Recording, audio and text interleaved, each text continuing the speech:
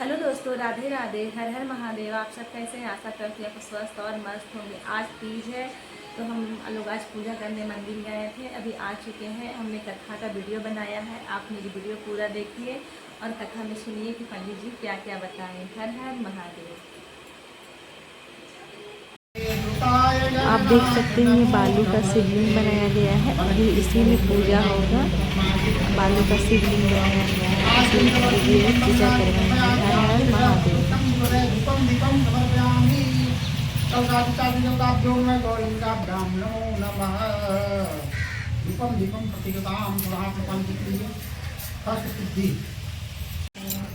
हिमालय पर्वत का राजा जो है, हिमवान नामक राजा जो है वहाँ राज करते थे। उनकी एक कन्या थी जिनका नाम था पार्वती।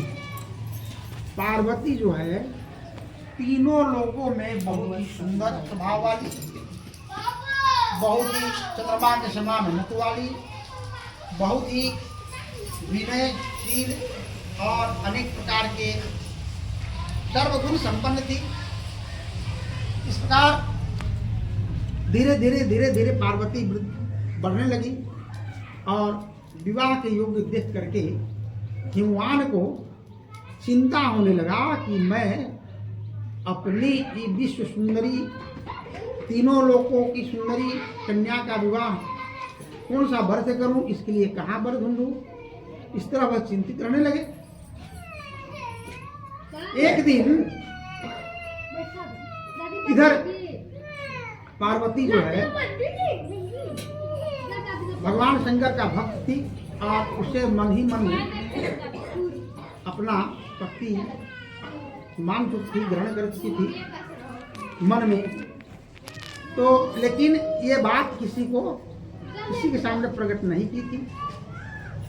एक दिन देवर्षि नारद जी तीनों लोकों से घूमते हुए हिमालय पर्वत पर आए और हिमवान के राज्य में आकर के राज दरबार में पधारे। हिमवान राज ऋषि नारद जी को देख करके बहुत प्रसन्न हो गए और सिंहासन से उठकर उनका स्वागत के लिए बाहर निकले।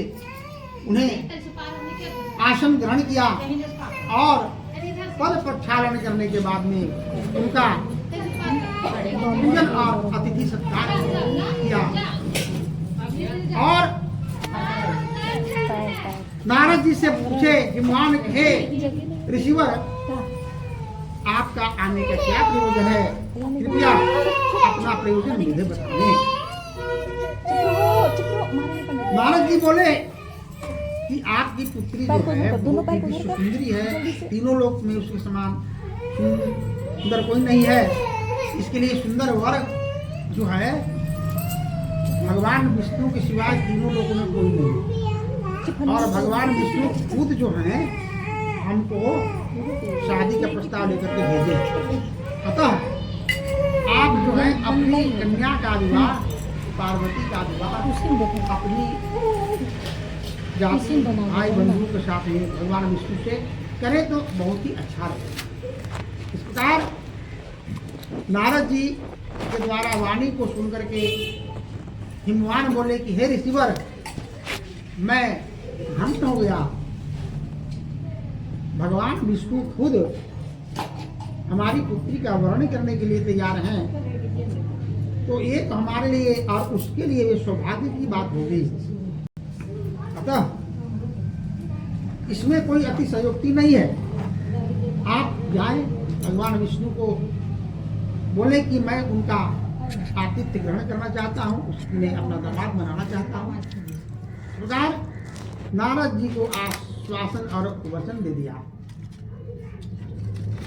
इधर पूरा राज्य में पार्वती का विवाह फाइनल हो गया, ठीक हो गया, भगवान विष्णु से होने जा रहा है। इसको जान करके पूरा राज्य में मंगल गायन होने लगा, चारों तरफ उत्सव होने लगे। जंगल में पक्षी लोग कलरव करने लगे। झीलों पर, नदियों पर, तालाबों पर जल पक्षी, हंस इत्यादि पक्षी जो है क्रीड़ा करने लगे। चारों तरफ वातावरण शुद्धमय हो गया, संगीतमय हो गया, उत्सवमय हो गया। किंतु पार्वती जो है उदास रहने लगी, किसी से बात नहीं करने लगी, किसी से चित नहीं करने लगी, चुपचाप अपना रूम में अकेला उदास होकर के बैठी रही, ना खाना ना पीना, कुछ नहीं। जब उसकी सहेली आई और उसे पता चला कि पार्वती बहुत दुखी है, तब उससे बोली, हे सखी, क्या लक्षण बना रखी है तुम? तुम्हारा उत्सव हो रहा है, शादी विवाह की तैयारी चल रही है, मंगल गायन हो रहे हैं, सभी यक्ष किन्नर सब नृत्य कर रहे हैं, और तुम अपना उत्सव मनाने के सिवा कोप भवन में पड़ी हुई हो। अपना दशा तो देखो, न नहाना है, न बाल झाड़ना है, न श्रृंगार करना है, तो ये क्या है, ये क्या मामला है? तब अपनी सहेली को बताई कि हे सखी, क्या कहूँ, ना मुझे कुछ कहने बनता है, न तो कुछ करने बनता है, क्या करें। हमारी विवाह हमारे पिताजी जो है भगवान विष्णु से करने का वचन दे दिए, और मैं मन ही मन में शंकर भगवान को अपना पति मान चुकी हूँ। अब तुम ही बताओ मैं क्या करूँ? विवाह अगर नहीं करती हूँ तो मेरा पिताजी का वचन क्या होगा? अगर विवाह में विवाह जो है करती हूँ तो हमारे पिताजी का वचन जाता है। विवाह नहीं करती हूँ, शंकर भगवान से विवाह करती हूँ तो हमारे पिताजी नाराज हो जाएंगे।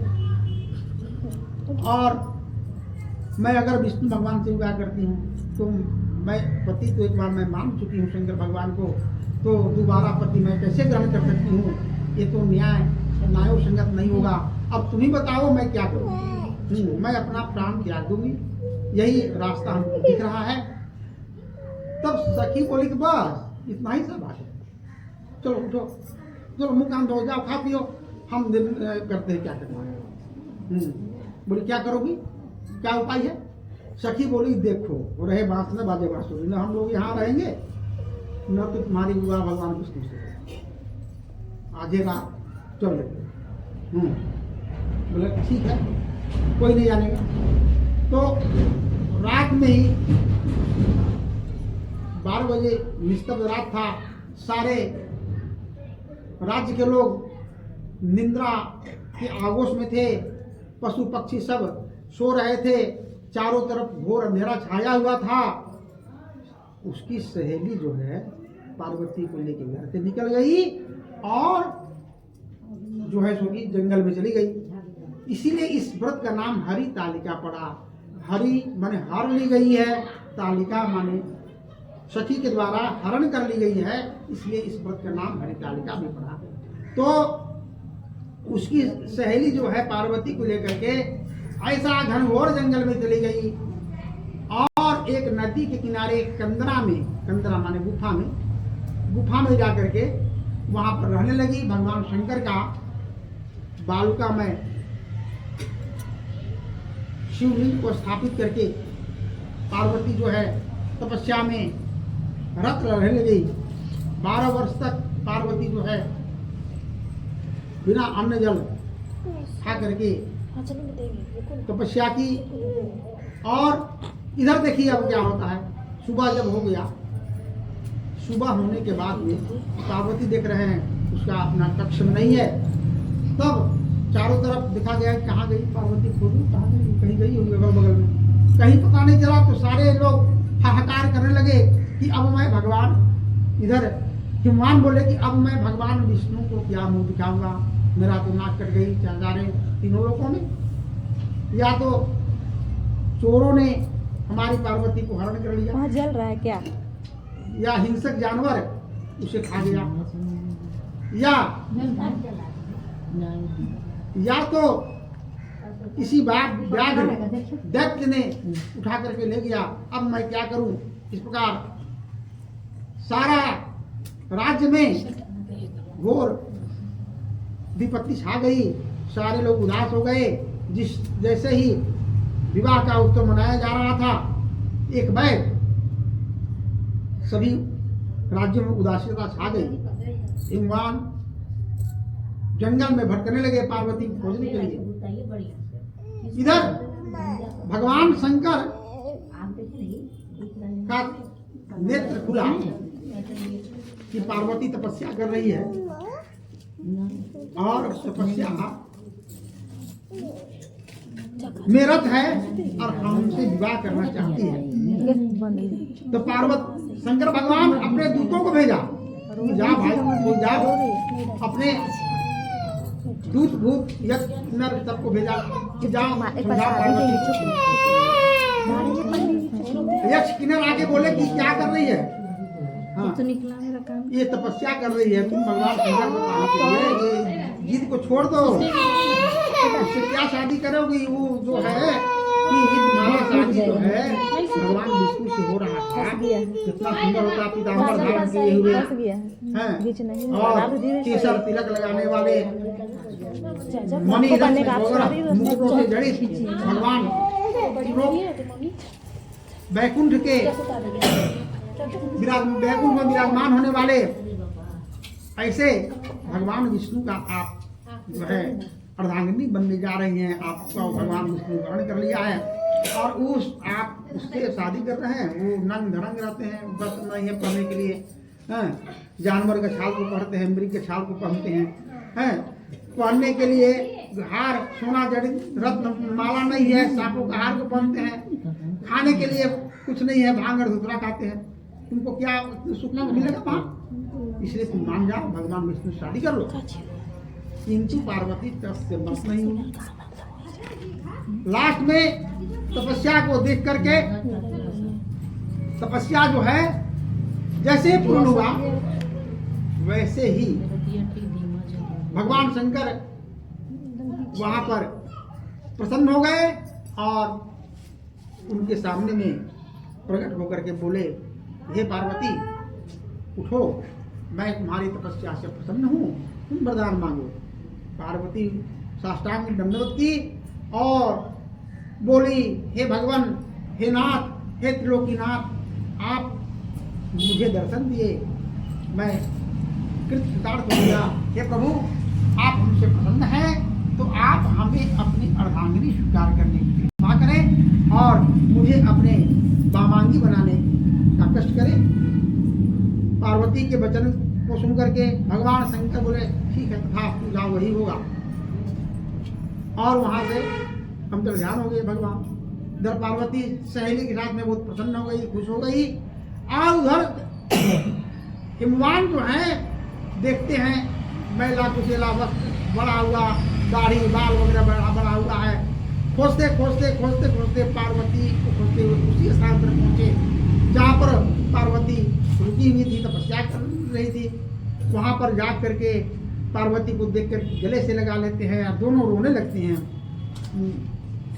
रोते रोते अश्रु थम नहीं रहा था दोनों का, पार्वती का भी पिताजी का। हिमवान बोले, हे पुत्री, तुम जो थी क्यों ऐसा ही दशा बना रखी हो, क्यों तुम यहाँ आ गई हो, कारण बताओ। पार्वती बोली कि हे पिताश्री, आप भगवान विष्णु से हमारी विवाह करने का वचन दे चुके थे और मैं भगवान शंकर को पति मान चुकी थी। अब आप ही बताइए मैं क्या करता, इसलिए विवश होकर के मुझे ये कदम अपनाना पड़ा। हिमवान बोले कि बस इतना सा बात का हमें बोलती आप, घर चलो, मैं तुम्हारा विवाह भगवान शंकर से करूंगा। इस प्रकार भगवान पार्वती जो है हिमवान के साथ में पुनः हिमालय पर्वत लौट गई और वहां पर आकर के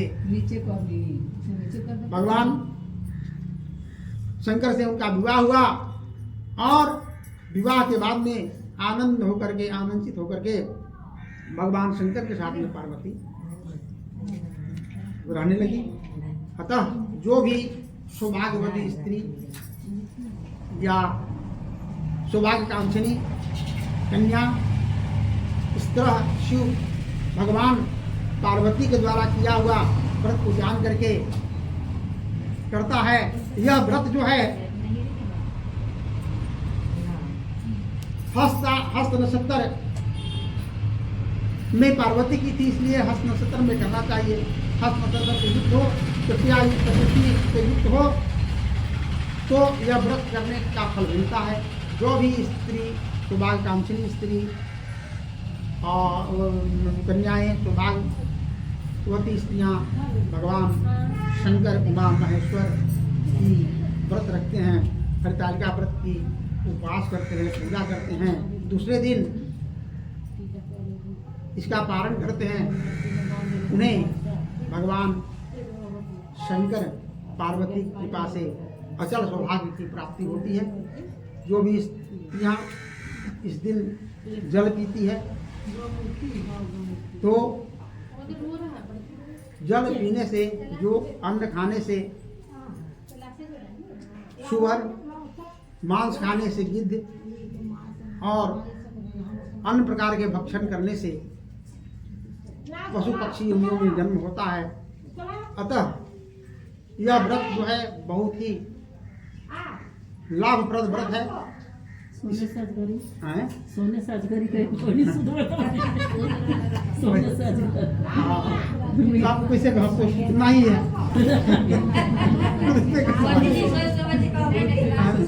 नहीं सब कुछ का करब चले कहाँ बात कुछ के पड़ जाता चले कहीं कहीं कुछ पड़े तो यह व्रत अति दुर्लभ व्रत है। इसलिए संडे पुराण एवं खंडी भाषा विज्ञान हरतालिका व्रत संपूर्ण बोलिए मां महेश्वर भगवान की जय।